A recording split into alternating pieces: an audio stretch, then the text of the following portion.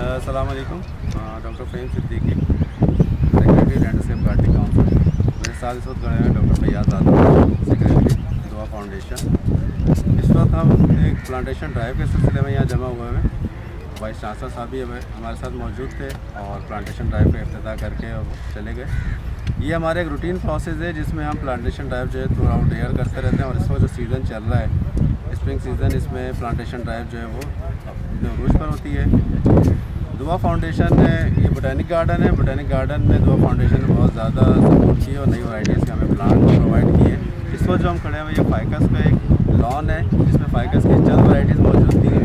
दुआ फाउंडेशन ने हमें यहाँ पे मैक्सिमम वैराइटीज़ प्रोवाइड की है जिसको हमने यहाँ ग्रो किया है और इंशाल्लाह आने वाले सालों में ये बहुत अच्छा फ्लोरिश करेगा लॉन।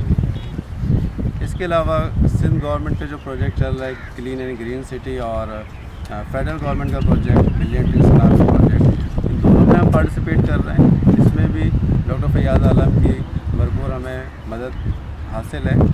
इस सिलसिले में हमने एक लेटर लिखा है मलिक अमीन असलम जो फेडरल मिनिस्टर हैं क्लाइमेट चेंज के, और वो यहाँ इंशाल्लाह विज़िट करेंगे आने वाले दिनों में और मज़ीद इम्प्रूवमेंट की तरफ काम होगा। इसके अलावा एक प्रोजेक्ट हमारा सिंध गवर्नमेंट फॉरेस्ट डिपार्टमेंट के अंडर चल रहा है, अर्बन फॉरेस्ट प्रोजेक्ट, जिसके लिए वाइस चांसलर साहब ने 25 एकड़ ज़मीन अलॉट की है।